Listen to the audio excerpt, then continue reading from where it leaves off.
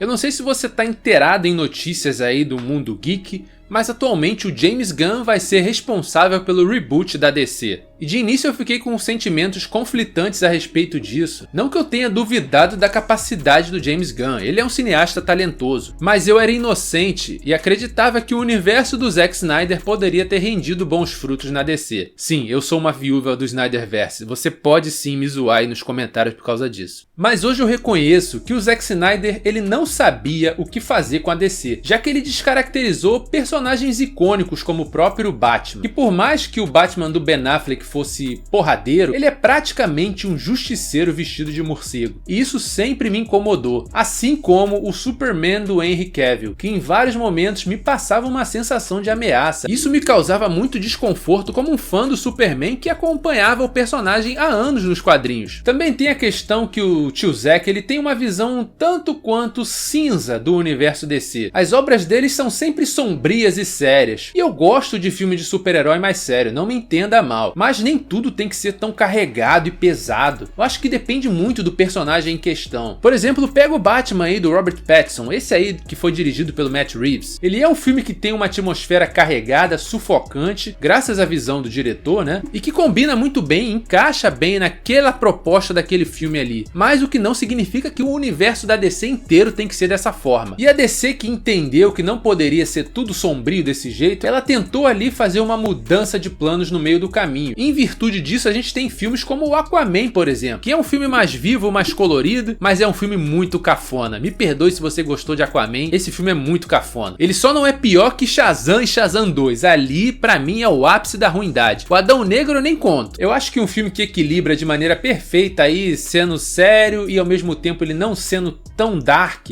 é o filme da Mulher Maravilha. Eu tô falando do primeiro filme, tá? Já que o segundo o negócio foi de ladeira abaixo. O primeiro filme da Mulher Maravilha, ele tem um tom sério, ele tem aquele lance lá de se passar na guerra, a cena da trincheira é maravilhosa, mas ao mesmo tempo ele tem uma certa leveza. Ele não é tão carregado quanto alguns filmes dirigidos pelo Zack. E essa questão acabou deixando a DC muito perdida no seu universo cinematográfico. Até que do nada eles trouxeram o James Gunn pra experimentação ali no universo. E ele acabou trabalhando na sequência do Esquadrão Suicida, já que o primeiro Esquadrão Suicida foi terrível e não agradou o público. Mas a DC sabe que esses personagens eles tinham um potencial que na mão do diretor certo poderia dar muito certo. Foi o caso aqui desse filme, já que a sequência de Esquadrão Suicida foi uma grata surpresa. Ele trouxe uma DC escrachada, violenta, com um senso de humor ácido, e foi uma bela surpresa essa visão caótica do James Gunn sobre esse grupo de anti-heróis da DC. Esse filme ele é muito similar ao Guardiões da Galáxia da Marvel, mas só que para maiores de 18 anos, basicamente isso. E a boa recepção desse filme foi a porta de entrada para o James Gunn na DC. Bom lembrar também que eles foram ousados em ter dado carta branca para o diretor fazer o que ele quisesse fazer nesse filme aqui, já que o filme que foi lançado ali no streaming, ele não teve as amarras de ter sido limitado a um público infanto juvenil. Então o Esquadrão Suicida 2 tem piada pesada o tempo todo, é humor escrachado, é violento pra cacete, e ainda tem o Pacificador, que hoje em dia todo mundo ama, graças à série que saiu depois. O que é bizarro, já que o Pacificador é basicamente um matador. Mas apesar de ser matador, ele tem uma certa inocência em alguns momentos. Sem falar dele ser um cara com um pensamento mais radical e preconceituoso, que acaba caindo em conflito com os novos tempos, o que faz ele rever ali os seus conceitos mais arcaicos. Essa dinâmica e essa dualidade acabam fazendo desse personagem tão atrativo para o público. Isso chega ao ponto que estamos agora. Logo estaremos vendo um filme do multiverso no filme do Flash. Provavelmente a gente vai ter o Flashpoint nesse filme aqui. E dependendo de quando você tá vendo esse vídeo, provavelmente o filme do Flash já saiu. Sim,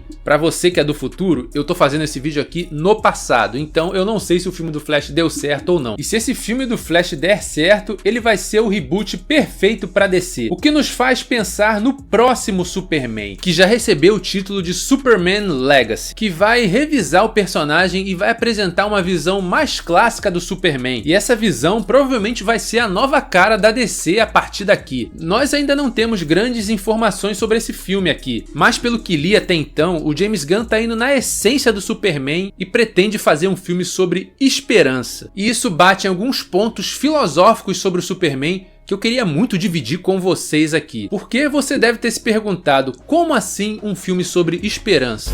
O que esse S significa? Não é um S.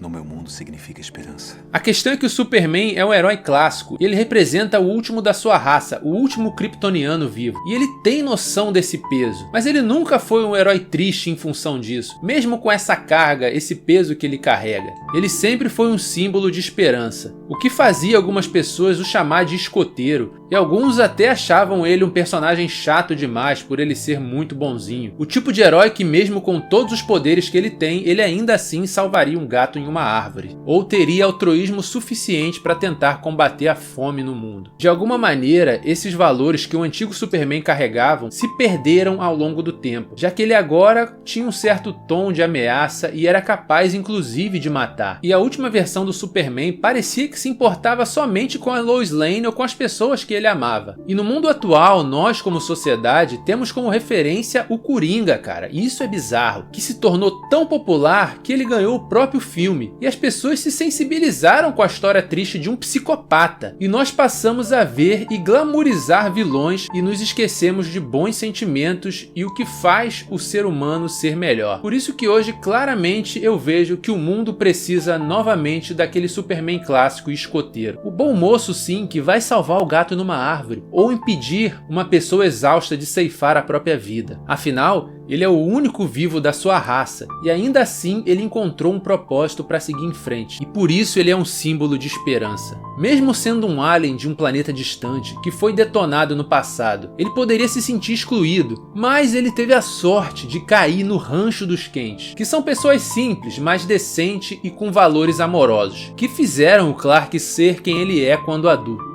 E o Superman, como um símbolo de esperança e altruísmo, ele não precisa ser mau. Por isso a gente já tem o Lex Luthor, que funciona como justamente a antítese da representação do Superman. Ele é o contraponto do herói, um cara com muito dinheiro, sem escrúpulos, que não mede esforços em conseguir o que deseja. E esse discurso hoje em dia ele pode parecer um tanto quanto antiquado para algumas pessoas, já que muitas das vezes anti-heróis e vilões são mais valorizados do que os próprios heróis. Mas ser um anti-herói não é o papel do Superman, nunca foi. Ele não precisa mudar, ele não tem que mudar. Ele só precisa ser o símbolo que ele sempre foi, de um garoto órfão de um outro planeta, que mesmo mediante a todas as circunstâncias negativas que o assolaram durante a sua infância, ele ainda assim se tornou um grande símbolo da humanidade, um símbolo de sinceridade, que nos mostra que você pode ser uma pessoa boa, que nos mostra que tudo bem você ser diferente, você pode sim ser gentil com as pessoas à sua volta, tudo bem você ser inocente. O Clark Kent do Christopher Reeves era, e isso não fazia dele menos homem do que outras pessoas, isso fazia ele mais puro. E é isso que eu acredito, é esse o Superman que eu quero ver no cinema. Eu quero esse símbolo novamente, o Superman que eu cresci lendo, o Superman que eu cresci sendo inspirado por esse símbolo de bondade. E assim como eu admiro esse herói e quero que ele volte no cinema, eu espero que o James Gunn tenha entendido isso e que ele também acredite. Muito obrigado se você assistiu esse vídeo até esse momento. Comenta aqui embaixo, eu gosto de interagir com todos vocês que chegam aqui nesse canal. Muito obrigado de coração e até a próxima aqui no canal Aquele Filmaço.